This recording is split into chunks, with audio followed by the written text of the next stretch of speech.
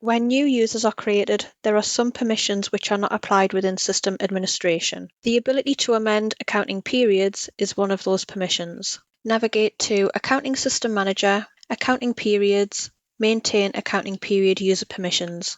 Select the user from the list. If the user is not displayed, select Add and choose the user's name from the drop-down. Enable options for the user as required. They include the ability to add, amend, and delete periods, and based on module, whether that user can open, close, and reopen closed periods. When you are happy with the permissions applied, select OK to save the changes. To edit the permissions of an existing user, select the user's name from within the list and select Edit.